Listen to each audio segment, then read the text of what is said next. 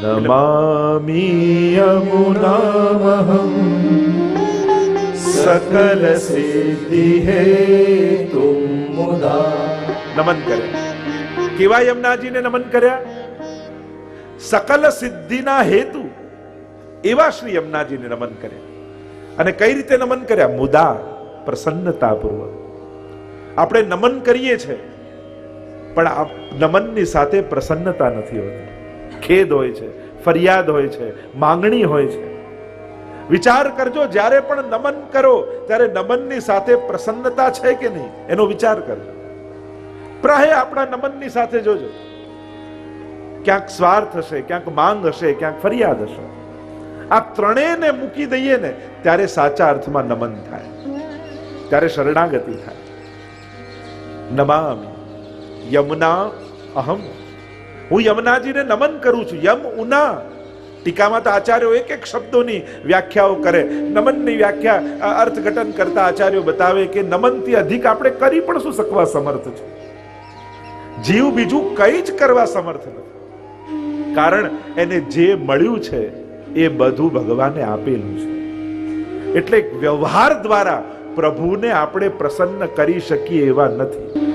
અને એ વસ્તુ યાદ પણ રાખજો, ક્યારે પણ પ્રભુને આપણા વ્યવહારથી પ્રસન્ન કરવાની કોશિશ ન કરતા. હા, વ્યવહાર એ આપણું સમર્પણનો પ્રકાર હોઈ શકે. આ જે કંઈ પણ ધરીએ છે ઉત્તમમાં ઉત્તમ ધરીએ, સર્વ વસ્તુનું સમર્પણ કરીએ, પણ એને વ્યવહાર બુદ્ધિથી નહીં, આભાર વૃત્તિથી. કે ભગવાને આટલું કર્યું તો લાવ એમના માટે હું આટલું કરું. આવી બુદ્ધિ એ લૌકિક બુદ્ધિ કહેવાય. અને મહાપ્રભુજી આગળ ના પાડે છે, મનુતે નૈવ લૌકિકમ. અમારા ઠાકોરજી લૌકિક નથી. એટલે એમને પ્રસન્ન કરવામાં પણ લૌકિક વૃત્તિનો પ્રયોગ ન કરતા. આ લૌકિકતા છે. ભગવાને આટલું આપ્યું તો લાવ હું એમને એટલું આપું ના. ત્યારે વ્યવહાર બુદ્ધિ નહીં, આભાર બુદ્ધિ રાખજો કે પ્રભુ આપનો ખૂબ ઉપકાર છે. પ્રભુ આ આપનો આભાર કેમ વ્યક્ત કરું? આ મારો આનંદ અભિવ્યક્ત કરું છું કે મારા પર આપની આટલી કૃપા છે ને, એનો આનંદ હું અભિવ્યક્ત કરી રહ્યો છું આના દ્વારા. બાકી વ્યવહારથી પ્રભુ પ્રસન્ન થતા નથી. તો નમામી શબ્દનો પ્રયોગ કર્યો. અને નમનથી અધિક કાંઈ જ કરવા જીવ સમર્થ નથી. અને જે વસ્તુઓથી પ્રસન્ન કરવાની કોશિશ કરો છો એ વસ્તુઓમાં જે શ્રેષ્ઠતમ વસ્તુઓ છે ને એ બધી એની પાસે છે. આપણે જે વસ્તુ મૂકી આપવાની પ્રયાસ કરીએ છીએ કે આનાથી પ્રસન્ન થાય, તો એનામાં જે ઉત્તમમાં ઉત્તમ વસ્તુઓ છે એની પાસે છે.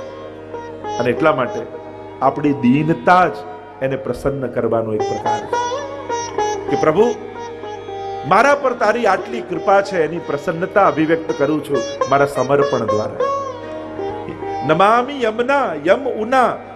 યમુના નાના બેન એ યમુના, એને અમે નમન કરીએ છીએ યમુનાને. કેમ? એ કેવા છે? સકલ સિદ્ધિ હેતુમ મુદા. સકલ સિદ્ધિના હેતુ રૂપ શ્રી યમુનાજી છે. હવે આ સકલ સિદ્ધિઓ કઈ?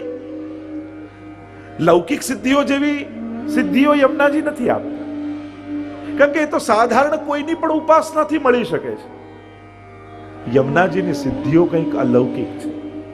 એમ પુષ્ટિ માર્ગના આ 16 ગ્રંથોમાં કોઈ લૌકિક ચર્ચાઓ છે જ નહીં. વ્યવહારાત્મક ને સંસારની ચર્ચાઓ નથી. અહીંયા તો કેમ કરીને ભગવત પ્રાપ્તિ થાય એની ચર્ચાઓ છે. અને એટલા માટે સકલ સિદ્ધિના હેતુરૂપ યમુનાજી કયા? તો આ સકલ સિદ્ધિઓ પણ લૌકિક સિદ્ધિઓ નથી. એ તો સાધારણ કોઈની ઉપાસનાથી, એ તો પુણ્યો કરવાથી પણ સુખ મળી જાય. સુખ માંગવા જવાનું ન હોય, સુખ તો મેળવવાનું હોય. અને મેળવાય કઈ રીતે? પુણ્ય કરીને. સુખ માંગવાની વસ્તુ છે જ નહીં, સુખ મેળવવાની વસ્તુ છે. જો હું તો વ્યક્તિગત એમ માનું કે લોકો ભલે કર્મના સિદ્ધાંત એમ કે શાસ્ત્રો પણ ક્યાંક સહમતિ આપે, આપણે એમ માનીએ, ઘણીવાર સાંભળીએ ખરા કે ભાગ્યમાં લખ્યું છે એનાથી વધારે કંઈ મળવાનું નથી, તમે જે કર્યું છે એ ભોગવવાનું છે તમારે. બધી વાત સાચી, પણ હું એમ નથી માનતો કે ભાગ્યમાં લખ્યું હોય એટલું જ મળે. હું એમ નથી માનતો કે કર્યું હોય એ ભોગવવું જ પડે. એ જરૂરી નથી. કારણ ઘણીવાર ભાગ્યમાં ન લખ્યું હોય પણ કોઈના આશીર્વાદ ફળી જાય. ઘણીવાર આપણી કરેલી સેવાઓ ફળી જાય. ઘણીવાર કોઈની મળેલી દુઆઓ એ ફળી જાય, ઘણીવાર કરી લીધેલા ભગવદ નામો એ ફળી જાય, ઘણીવાર કરેલી યાત્રાઓ એ ફળી જાય. એટલે જરૂરી નથી કે ભાગ્યમાં લખ્યું એટલું જ મળે. કોઈના આશીર્વાદ મળે ને તો ભાગ્યમાં ન લખ્યું હોય એ મળી જાય. કોઈ ફળ લેવા ઝાડ ઉપર ચડે ખરા, અને કોઈ બેઠો હોય, કોઈ તોડવા જતું હોય ને એના હાથમાંથી છટકે ને પેલાની ખોળામાં આવીને પડી જાય. એવું થાય. આમાં તો કઈ નક્કી નહીં. અને એટલા માટે આ બધા હિસાબ કિતાબ પુણ્ય પાપના કરીએ બધું બરાબર. ટૂંકો રસ્તો એ છે કે જ્યાંથી આશીર્વાદ મળતા હોય ને ત્યાંથી મેળવતા રહેવું. કોઈના વચનો એ ફળી જાય. કોઈ ઘણીવાર મેં તો જોયું છે, ઘણીવાર ઘણાના આશીર્વાદ એના નસીબમાં ના હોય પણ કહી દીધું જા તારું ઠાકોરજી કરશે. ઘણીવાર તો અમે લોકોએ આશીર્વાદ આપીએ ને ત્યારે ઠાકોરજીને કહીએ પ્રભુ અમે વૈષ્ણવના પ્રતિનિધિ નથી, એવા આપના છીએ. એટલે આપી તો દીધા છે, હવે આપે લાજ રાખવાની છે. કારણ કે લોકો અમને એમ માને કે આ ઠાકોરજીના આશીર્વાદ વલ્લભકુલ થ્રુ અમને મળે. કોઈને જારીજીનું જલ પ્રસાદી આપી દીધું, કોઈને પ્રસાદી માલાજી આપી દીધી, જારીજીને જલ આપી દીધું. યમુનાજીને કહીએ કે યમુનાજી હવે તો આપે આપની લાજ રાખવાની છે, હવે એની શ્રદ્ધા આપનામાં દ્રઢ થાય એવું કરજો. મૂળ વાત એ છે ક્યાંક આશીર્વાદ પણ પડી જતા હોય. તો આ સકલ સિદ્ધિઓની જે વાત યમનાષ્ટકમાં છે, એ સકલ સિદ્ધિઓ 4 સંયોગાત્મક સિદ્ધિ અને 4 વિપ્રયોગાત્મક સિદ્ધિઓ બતાવી શ્રી ગુસાઈજીએ ટીકામાં. કારણ કે ગુસાઈજી બહુ ઓછા ગ્રંથો ઉપર પોતાના વિવેચના લખી છે. તો આ યમનાષ્ટક તો એવું છે કે કેટલા આચાર્યોની ટીકાઓ યમનાષ્ટક પર છે. સ્વયં ગુસાઈજીએ 6 શ્લોક સુધી અને પછી 7 થી 9 ગોકુલનાથજીએ પૂરું કર્યું. દ્વારકેશજીએ, શ્રી હરિરાયજીએ, પુરુષોત્તમજીએ, કેટલા આચાર્યોની ટીકાઓ આના પર છે. બાકી આપણી પાસે તો એટલો ટીકાઓનો સમય ન રહે, નહીં તો યમનાષ્ટકમાં જ 7 દિવસ જતા રહે. આપણે તો વિહંગાવલોકન કરવાનું છે. આપણે આ 16 ગ્રંથોનું જેમ ઉપર ઉડતું પક્ષી હોય ને, શાસ્ત્રોમાં 3 દ્રષ્ટિ આપી ને, સિંહાવલોકન, ભ્રમરાવલોકન અને વિહંગાવલોકન. સિંહાવલોકન એને કહેવાય કે જેમ સિંહ ચાલતો હોય, 4 ડગલા ચાલે ને પાછું વળીને જુએ, પાછો 4 ડગલા ચાલે ને પાછું વળે. તમે સિંહને ચાલતો જોયા હશે. એમ શાસ્ત્રોનું અધ્યયન ઘણીવાર એ રીતે થાય કે આગળ તમે શ્લોકો જોતા જાઓ ને પાછળનું રેફરન્સ જોતા જાઓ કે એ જ વાતનો વિસ્તાર થઈ રહ્યો છે. બીજું એક દ્રષ્ટિકોણ એ વિહંગાવલોકન છે. જેમ આકાશમાં ઊંચું ઉડતું પક્ષી હોય, ગીતદાદી હોય, આકાશમાં ઊંચે હોય, પોતાના કામની વસ્તુ દેખાય એટલે સીધા નીચે આવે, ચાંચમાં ભરાવે પાછા ઉપર. તો આપણે 16 ગ્રંથ એ રીતે જ જોવાના છે. ઉપરથી ઉડતા ઉડતા જોઈશું અને એમ લાગશે કે તમારા કામની વસ્તુ છે તો નીચે ઉતરી ચાંચમાં ભરાવીને પાછા ઉપર. તો જ આ દ્રષ્ટિકોણથી જોઈએ તો જ અવલોકન થઈ શકે. અને ત્રીજો દ્રષ્ટિકોણ એ ભ્રમરાવલોકન કહેવાય કે કોઈ ફૂલ ઉપર ભમરો બેસે અને સમગ્ર એના રસનું પાન કરે અને પછી જ એમાંથી ઉડે. પણ આ ભ્રમરાવલોકન માટે તો વર્ષો નીકળી જાય. તો આપણા આચાર્ય જો પુષ્ટિ માર્ગ એટલો સમૃદ્ધ માર્ગ છે ને કે કેટલા આચાર્યો ટીકાઓ લખી છે. સાહિત્યમાં આપણો કેટલો મોટો વૈભવ આપણને મળેલો છે આપણા આચાર્યો. તો એ દ્રષ્ટિકોણ આપણો એવો રહેશે. તો 4 પ્રકારની સિદ્ધિઓ બતાવી. 4 કારણ કે શૃંગાર દ્વિદલાત્મક, પ્રભુ દ્વિદલાત્મક છે, સંયોગાત્મક અને વિપ્રયોગાત્મક. એટલે આ સિદ્ધિઓ પણ 8 પ્રકારની બતાવી. સકલ સિદ્ધિના દાતા શ્રી યમુનાજી છે. તો સંયોગાત્મક સિદ્ધિ બતાવતા પહેલી સિદ્ધિ શ્રી યમુનાજી દાન કરે છે ભક્તને. તમે યમનાષ્ટકનો પાઠ કરો, શ્રી યમુનાજીની કૃપા તમારા ઉપર થાય તો આ 8 પ્રકારની સિદ્ધિ તમને મળે. પહેલી સિદ્ધિ કઈ? અલૌકિક સાક્ષાત ભગવત સેવો ઉપયોગી દેહની પ્રાપ્તિ યમુનાજી તમને કરાવે. અલૌકિક દેહ પ્રાપ્ત થાય જેમાં દેહના જે વિકારો છે એ વિકારો ભગવત સેવામાં બંધન રૂપ ન થાય એવો અલૌકિક દેહ તમને મળે. અને એટલા માટે ઘણીવાર દેહના પ્રતિબંધો આવે, બને તો યમનાષ્ટકનો પાઠ કરવો, 41 પદના પાઠ કરવા. શ્રી યમુનાજીની કૃપાથી તમારા દેહના બંધનો કમથી કમ સેવા કરતા હશો ત્યારે તો નહીં જ નડે. અને ઘણા વૈષ્ણવને આપણે એવા જોઈએ છે કે એમ બહાર દેખાતું ન હોય, ચાલી ન શકતા હોય, પણ સેવામાં જાય તો દોડવા લાગે, દેખાવા લાગે, બધું થાય, બહુ સહજ થઈ જાય. પણ પાછા લૌકિકમાં આવે તો પાછું બધું બંધનરૂપ થઈ જાય. યમુનાજી કૃપા કરે છે. સૌથી પહેલી સિદ્ધિ કઈ? આવા અલૌકિક દેહની પ્રાપ્તિ જીવને થાય. બીજી સિદ્ધિ આજ્ઞા કરતા કહ્યું ભગવદ લીલાનું અવલોકન પ્રાપ્ત થાય. આજ આંખે પ્રગટ ભગવદ લીલાના દર્શન યમુનાજીની કૃપાથી થાય. જો આ તો પુષ્ટિ માર્ગ છે, આ કોઈ પેલો ધ્યાન માર્ગ કે યોગ માર્ગ તો છે નહીં કે આંખો બંધ કરીને જોવું.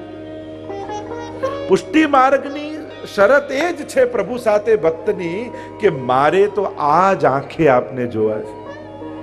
અહીંયા પુષ્ટિ માર્ગમાં ઉધારના વાયદા નથી કે મર્યા પછી આ લોક મળશે, ના નિકુંજ મળશે, ના અહીંયા જશો. જો મર્યા પછી જ મળવાનું હોય તો ભગવાન મેળવવાનો સૌથી સહેલો રસ્તો કે મરી જાઓ. સૌથી સહેલો રસ્તો એ જ થયો ને ભગવાન મેળવવાનો. તો મરીને ક્યાં ભગવાન પાસે જવું છે? આપણે તો જીતા જીવંત આજ દેહથી આજ આંખે મારા ઠાકોરજીના દર્શન કરવા છે. મારે તો આજ હાથે એને ગોદમાં લેવો છે. મારે જ આ જીવાથી એની સુધાના અનુભવ કરવા છે. આજ કર્ણથી એની વેણુનો નાદ સાંભળવો છે. આપણે તો આ જ ઇન્દ્રિયોને અલૌકિક બનાવી અને આ જ ઇન્દ્રિયોથી એનો અનુભવ શબ્દ સ્પર્શ રૂપ રસ ગંધ આ પાંચે રીતે ભગવાનને માણવા છે. આ પુષ્ટિ માર્ગની ફલશ્રુતિ છે.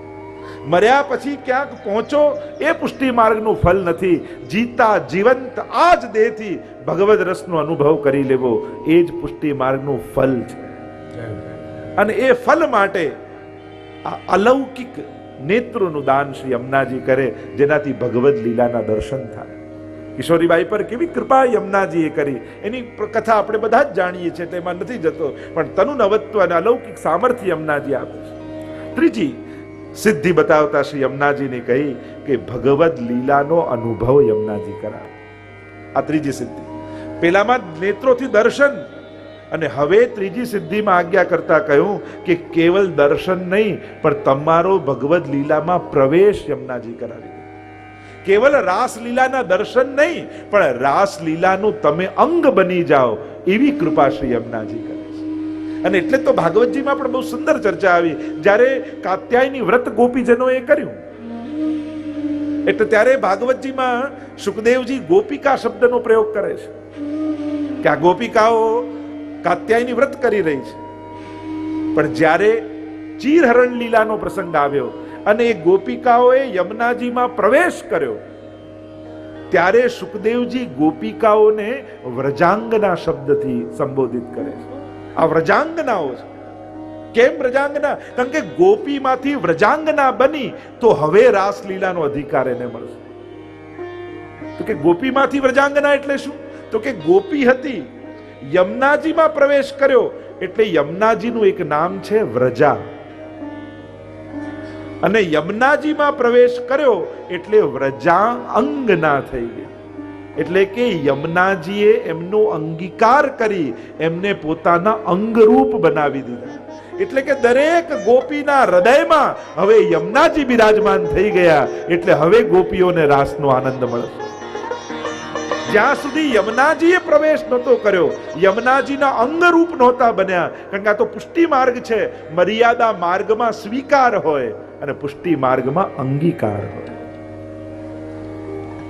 જેમ તમને કોઈ હાથમાં પેંડો આપે તમે સ્વીકાર કરો, પણ જરૂરી નથી કે તમે ખાઓ. કોઈને આપી પણ દો, ફેંકી પણ દો, મૂકી પણ દો. સ્વીકારમાં બધી સંભાવના થાય, પણ એ જ પેંડો મુખમાં મૂકી દીધો તો એ તમારા અંગરૂપ બની ગયો કે આને કહેવાય અંગીકાર. અંગરૂપ થઈ જવું, તદરૂપ થઈ જવું. અને જ્યારે યમુનાજીમાં ગોપીજનો પધાર્યા એટલે વ્રજાંગના બન્યા. હવે એમને રાસનો અધિકાર. તો યમુનાજીની ચોથી સિદ્ધિ બતાવતા કહ્યું, ત્રીજી સિદ્ધિ ભગવદ લીલાનો અનુભવ યમુનાજી કરાવે, એ સ્વયં ભગવદ લીલામાં પ્રવેશ કરાવે. હેત કરી દેત શ્રી યમને વાસ કુંજે ઓર રૂપ દેત આપ જૈસી. 41 પદમાં તો ઘણી ચર્ચા કરી શકાય કે યમુનાજી કેવી કૃપા ભક્તો ઉપર કરે છે. આમ ત્રીજી સિદ્ધિ ભગવદ લીલાનો અનુભવ. ચોથી સિદ્ધિ યમુનાજીની છે સંયોગાત્મક 4 સિદ્ધિમાં ચોથી સિદ્ધિ બતાવતા કહ્યું સર્વાત્મ ભાવની સિદ્ધિ યમુનાજી કરાવે. ઠાકોરજીમાં સર્વાત્મ ભાવ સિદ્ધ થાય. સર્વાત્મ ભાવ એટલે મર્યાદા માર્ગી સર્વાત્મ ભાવ અને પુષ્ટિ માર્ગી સર્વાત્મ ભાવ. આ બંનેમાં ફરક છે. મર્યાદા માર્ગી સર્વાત્મ ભાવ એટલે સર્વમાં આત્મભાવ થવો. એક જ આત્મા સર્વમાં વ્યાપ્ત છે એ અનુભવ થવો એ મર્યાદા માર્ગી સર્વાત્મ ભાવ છે, કે દરેકમાં એક આત્મા દેખાવે. પણ પુષ્ટિ માર્ગી સર્વાત્મ ભાવ એટલે સર્વ ભાવો આત્મા પરક, પરમાત્મા પરક થવા એ પુષ્ટિ માર્ગી સર્વાત્મ ભાવ છે. સર્વદા સર્વભાવે ન ભજનીયો વ્રજાદીપ સસ્યાયમેવ ધર્મો હિ નાન્ય ક્વાપી કદાચ. ઘણી ઘણી યમનાષ્ટકમાં અદ્ભુત ચર્ચાઓ સર્વાત્મ ભાવ આદિની આવી. અમે નાના હતા ને ત્યારે પ્રફુલ્લચંદ્ર શાસ્ત્રીજી, એમના દીકરા કદાચ અહીંયા બેઠા છે, એમની પાસે આ યમનાષ્ટકનું અધ્યયન કર્યું હતું ટીકામાં. એક એક એક ટીકાઓ બહુ સુંદર રીતે એમણે ચર્ચા કરી. તો સર્વાત્મ ભાવની સિદ્ધિ શ્રી યમુનાજીની કૃપાથી થાય કે સર્વ ભાવો પ્રભુ પરક થઈ જાય. તો આ 4 સંયોગાત્મક સિદ્ધિઓ છે અને 4 વિપ્રયોગાત્મક સિદ્ધિની ચર્ચા કરી. જેમ વિરહ અવસ્થામાં ભગવદ આવેશવાળા દેહની પ્રાપ્તિ યમુનાજી કરાવે, દિવ્ય ચક્ષુ આપે જેથી અંતરાત્મામાં જ સર્વ ભગવદ લીલાઓના દર્શન થવા લાગે આ વિરહ અવસ્થામાં. ત્રીજું કહ્યું, પ્રભુના ભાવાત્મક સ્વરૂપ વડે ભાવાત્મક રસાનુભવ શ્રી યમુનાજીની કૃપાથી થાય. અને 8મી સિદ્ધિ વિરહાત્મક કહી, વિરહ થતા સર્વત્ર ભગવત દર્શન થવા લાગે. આમ 8 સિદ્ધિ શ્રી યમુનાજી આપે છે. તો એવા શ્રી યમુનાજીને હું નમન કરું છું. નમામિ યમુનામહં સકલ સિદ્ધિ હેતુમ મુદા મુરારી પદ પંકજ સ્ફુરદ મંદ રેણુત્કટા. શ્રી યમુનાજી કેવા છે? અમંદ રેણુ ઉત્કટામ. યમુનાજીમાં કેવલ જલ જ નથી, પણ જલ કરતા પણ રજ અધિક છે. યમુનાજીની સ્તુતિમાં આપણે ગાઈએ છીએ ને, શ્રી કૃષ્ણના ચરણારવિંદની રજ થકી શોભી સિદ્ધિ અલૌકિક આપનારા વંદુ શ્રી યમુનાજી. સુપુષ્પની સુવાસથી જંગલ બધું મહેકી રહ્યું, ને મંદ શીતલ પવનથી જલ પણ સુગંધિત થઈ રહ્યું. પૂજે સુરાસુર સ્નેહથી બળી સેવતા દૈવી જીવો. વંદન કરું શ્રી યમુનાજીને, શ્રી કૃષ્ણ આશ્રય આપજો. વંદન કરું શ્રી યમુનાજીને, શ્રી કૃષ્ણ આશ્રય આપજો. શ્રી ઠાકોરજીના ચરણની રજ જ્યાં જલ કરતા પણ અધિક છે. સ્ફુરદ અમંદ રેણુ ઉત્કટામ. અને એટલા માટે યમુનાજી કેવલ યમુના જલમાં જ નથી, પણ યમુનાજીના તટમાં રહેલી રજમાં પણ યમુનાજી છે. અને પ્રાચીન કાળમાં વાર્તા સાહિત્યમાં તમે જુઓ તો ક્યાંય યમુનાજીના જલના લોટીજી પધરાવ્યા હોય સેવામાં, એવો જલ્દી ઉલ્લેખ નથી મળતો. પ્રાય ગુસાઈજી જેને પણ પધરાયા એમને યમુનાજીના તટની રજ સેવામાં પધરાવ્યા. એ રજમાં પણ શ્રી યમુનાજી પ્રગટ રૂપે બિરાજમાન છે. એ રજની પણ ઘણી મહત્તા આપણે ત્યાં કહી છે, હમણાં એનો વિસ્તારનો સમય નથી. તો ત્યાં કહ્યું રેણુ ઉત્કટામ તટસ્થ નવકાનન પ્રકટ મોદ પુષ્પાંબુના. તટમાં ઉગેલા નવકાનન નવીન વનો અને એમાં ઉગેલા વૃક્ષો અને એમાંથી જ્યારે પુષ્પો ખરતા હોય ત્યારે યમુનાજીનું પૂજન કરતા હોય એવું દ્રશ્ય લાગે. કહ્યું સુરાસુર સુપૂજિત સ્મરપિતુ શ્રીયમ બિભ્રતિમ. સુર અને અસુર દ્વારા પૂજિત છો. ટીકામાં આચાર્ય કહ્યું કે સુર કોણ ને અસુર કોણ? 2 પ્રકારના ગોપીજનો વ્રજમાં છે. એક માન ભાવવાળા ગોપીજનો અને બીજા છે દૈન્ય ભાવવાળા ગોપીજનો. અન્ય પૂર્વા અનન્ય પૂર્વા બંને પ્રકારના ગોપીજનો છે વ્રજમાં. તો અહીંયા આચાર્યો સુર અને અસુર એની વ્યાખ્યા એમ નથી કહેતા કે દેવતાઓ ને અસુરો. ટીકામાં આચાર્યો કહે છે સુર ભાવ છે અને અસુર ભાવ છે. તો સુર ભાવવાળા ગોપીજનો અને અસુર ભાવવાળા, તો દૈન્ય ભાવવાળા ગોપીજનો છે એ સુર અને જે માન ભાવવાળા ગોપીજનો છે એ અસુર. તો 2 ભાવવાળા ગોપીજનો અને એના દ્વારા શ્રી યમુનાજી પૂજિત છે. શ્રી ઠાકોરજી કેવા છે? શ્રીયમ બિભ્રતિમ સ્મરપિતુ શ્રીયમ બિભ્રતિમ. ઠાકોરજીની યમુનાજીની શોભા કેવી છે? તો કે સ્મર પિતુ. સ્મર એટલે કામ, કામદેવ.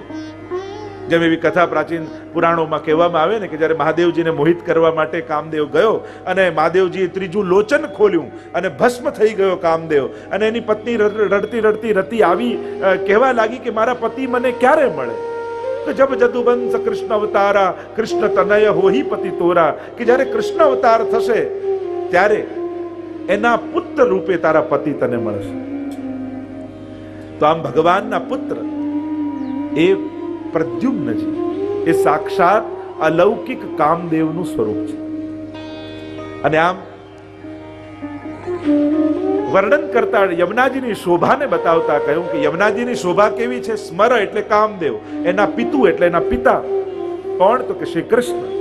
અને શ્રીયમ બિભ્રતિમ, શ્રી કૃષ્ણની શોભાને ધારણ કરનારા એવા શ્રી યમુનાજી એમ કહેતા આગળ ગાન કરતા શ્રી મહાપ્રભુજી આજ્ઞા કરે.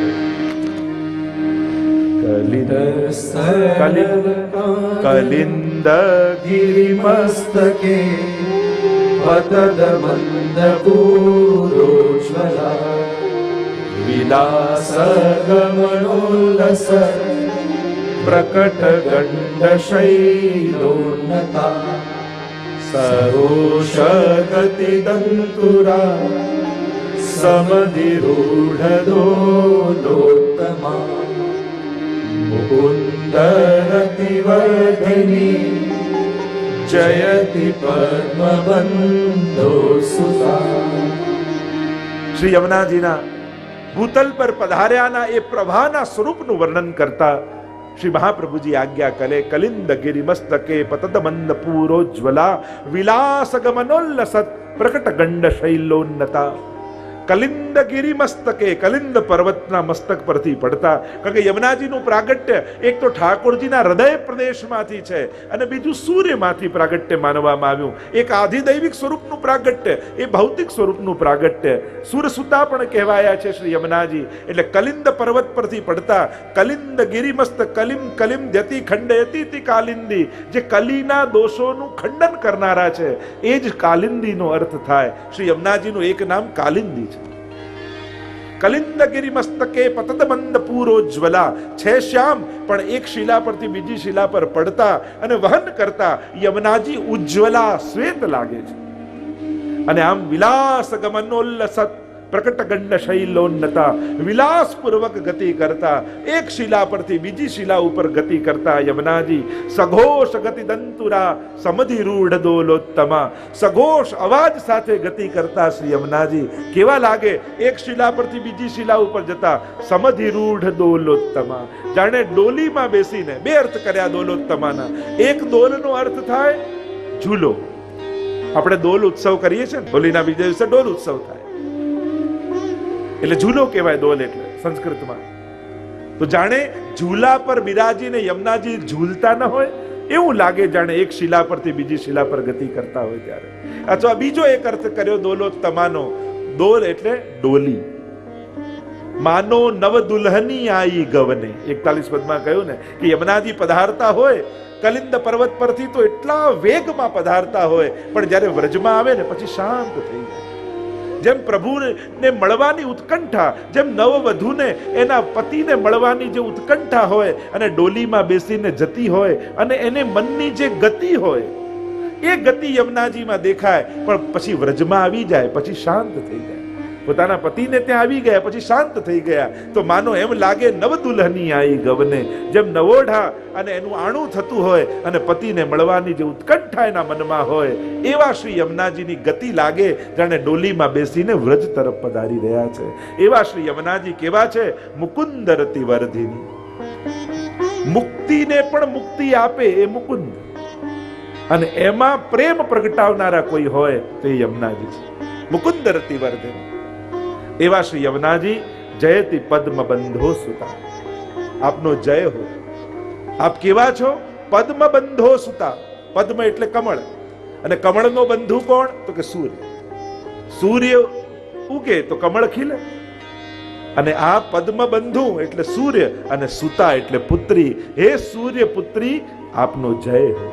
એમ કહેતા શ્રી મહાપ્રભુજી આગળ ગાન કરતા કહે, ભુવન પાવની मधिगतामनेकस्वने प्रियाभिनिवसेविता शुकमयूरहंसादिभिः तरङ्गभुजकङ्कण प्रकटमुक्तिकावालुका नितम्बतटसुन्दरी नमत कृष्ण तुर्यप्रिया।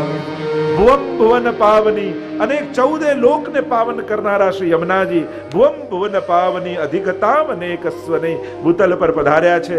પ્રિયાભિરિવ સેવિતામ શુકમયુર હંસાદેવી. શુકમયુર અને હંસ કઈ રીતે સેવાયેલા? જાણે પ્રિયાની જેમ સેવાયેલા છે. ત્રણેય પ્રકારની સેવા બતાવી, કાયી, વાચિક અને માનસિક. શુક એ વાચિક સેવા છે, મધુર બોલે અને એટલા માટે વાચિક સેવાનો દ્યોતક છે.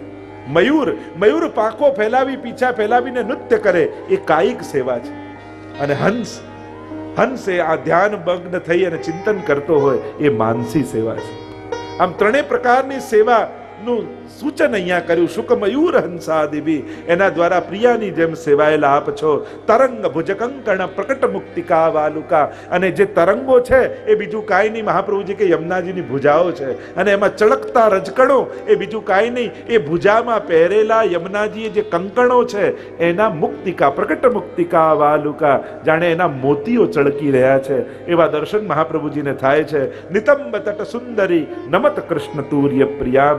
આપના જે ઘાટ છે, આપના જે તટ છે, એ આપનો કટી પ્રદેશ છે, અને તટસુ નમત કૃષ્ણ તુર્ય પ્રિયામ. આમ શ્રી યમુનાજી કેવા છે કે ઠાકોરજીના ચતુર્થ પ્રિયાને નમન કરો.